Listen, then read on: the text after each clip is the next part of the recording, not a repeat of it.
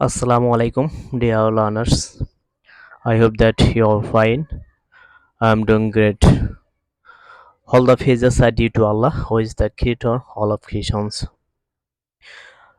আজকের এই পাঠে আমি আলোচনা করব কিছু সেন্টেন্স নিয়ে যেগুলো কথা বলার সময় খুবই প্রয়োজন পড়ে। আর যে কোনো ব্যক্তি যখন কথা বলে তখন সে কথা বলার সময় এরকম একটা সেন্টেন্স বেশি ব্যবহার করেন। I have two, I have two. তো সেন্টেন্সগুলো দেখে নেওয়া যাক যে have two, has to, had to দিয়ে আমরা কিভাবে সেন্টেন্স তৈরি করব। মূলত আজকের পাঠে এগুলো নিয়ে আলোচনা করা হচ্ছে। তো প্রথম সেন্টেন্স হচ্ছে যে আমাকে খেতে হবে। I have to eat. আমাকে খেতে হবে। I have to eat. আমাকে খেতে হবে। আচ্ছা আমাকে খেতে হবে না। I don't have to eat. আমাকে খেতে হবে না। I don't have to eat. আমাকে খেতে হবে না।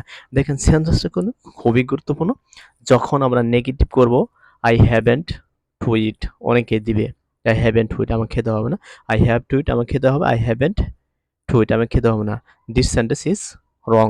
So correct sentence I don't have to eat. আমাকে খেতে হবে না। এখানে হ্যাভটা মূলত মূল ভার্ব হিসেবে কাজ করছে যে আমাকে ডু ভার্ব নিয়ে আসতে হবে। এটা একটা মাথায় খেয়াল রাখতে হবে যে আমাকে যখন নেগেটিভ করতে হবে তখন ডোন্ট ব্যবহার করব।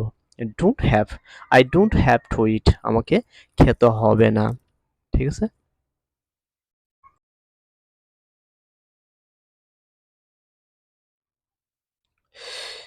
এখানে তিনটা সেন্টেন্স দেওয়া হয়েছে। I will have to eat. আমাকে খেতে হবে।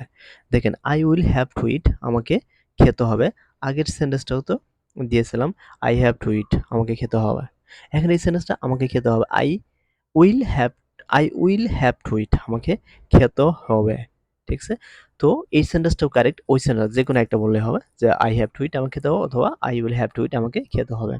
তো আমরা যখন বলবো আমাকে খেতে হবে না, আমাকে খেতে হবে না। I won't have to eat আমাকে খেতে হবে না। I won't have to eat আমাকে খেতে হবে না। যদি বলি I don't have to eat আমাকে খেতে হয় না। এটা হবে কি I don't have to eat আমাকে খেতে হয় না।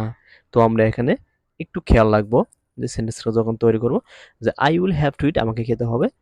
I won't have to eat আমাকে খেতে হবে না।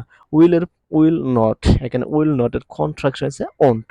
ঠিক আছে? Will not, I will not have to eat আমাকে খেতে হবে না।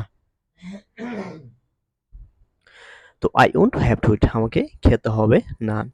৫ নম্বর সেন্টেন্স হচ্ছে যে I have to think about it আমাকে এটা নিয়ে ভাবতে হবে। I have to think about it আমাকে এটা নিয়ে ভাবতে হবে। I have to think about it আমাকে এটা নিয়ে ভাবতে হবে।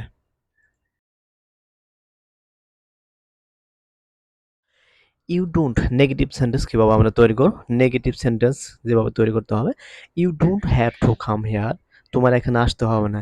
You don't have to come here তোমার এখানে আসতে হবে না।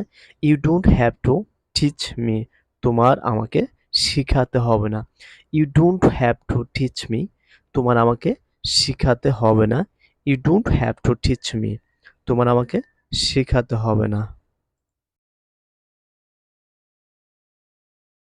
Special sentence I gotta think about it আমাকে এটা নিয়ে ভাবতে হবে। এন্ড গটা দিয়ে সেন্টেন্স তৈরি করতে গঠা কি গঠা বুঝতে হবে যে গঠাটা কোথা থেকে আসলো। আমরা এতক্ষণ সেন্টেন্স তৈরি করছি যে হ্যাভ টু, হ্যাজ টু দুইটাই দিয়ে।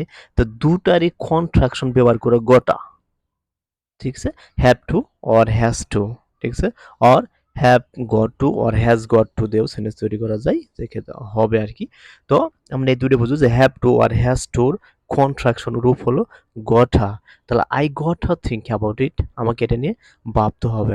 একটু আগে পড়েছিলাম। ঠিক আছে? I have to think about it আমাকে এটা নিয়ে ভাবতে হবে। আমি হ্যাভ টু দিব অর গঠা দিব। ঠিক আছে?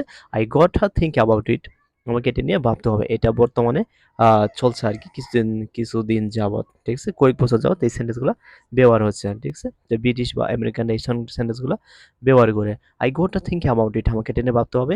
We gotta win the game, আমাদেরকে খেলাটি জিততে হবে। Rashed gotta do the work, রাশেদের কাজটি করতে হবে।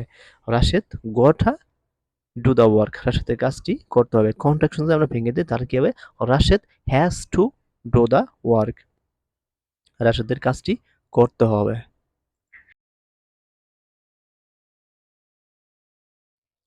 আমাকে খেতে হয়েছিল, আমাকে খেতে হয়েছিল। আই হ্যাড টু ইট, আমাকে খেতে হয়েছিল, ঠিক আছে? আই হ্যাড টু ইট, আমাকে খেতে হয়েছিল। এটা যদি আমরা নেগেটিভ করি তাহলে কি? I didn't have to eat, আমাকে খেতে হয়নি। I didn't have to eat, আমাকে খেতে হয়নি। দেখেন এখানে যদি আপনি হ্যাড ব্যবহার করেন সেন্টেন্সে ভুল হয়ে যাবে। I didn't I didn't have to eat, এখানে হ্যাভটা হলো মেন ভার্ব, মূল ভার্ব। হ্যাভ, হ্যাড, হ্যাড, তাই মানে হ্যাভ হচ্ছে মূল ভার্ব, আর এদের পার্টস পার্টিসিপল হচ্ছে হ্যাড। তাহলে have present form, had past form, had past participle form. সেই জন্য এখানে আই ডিডেন্ট যখন ব্যবহার করবো, I didn't have to eat, আমাকে খেতে হয়নি। I didn't have to eat, আমাকে খেতে হয়নি।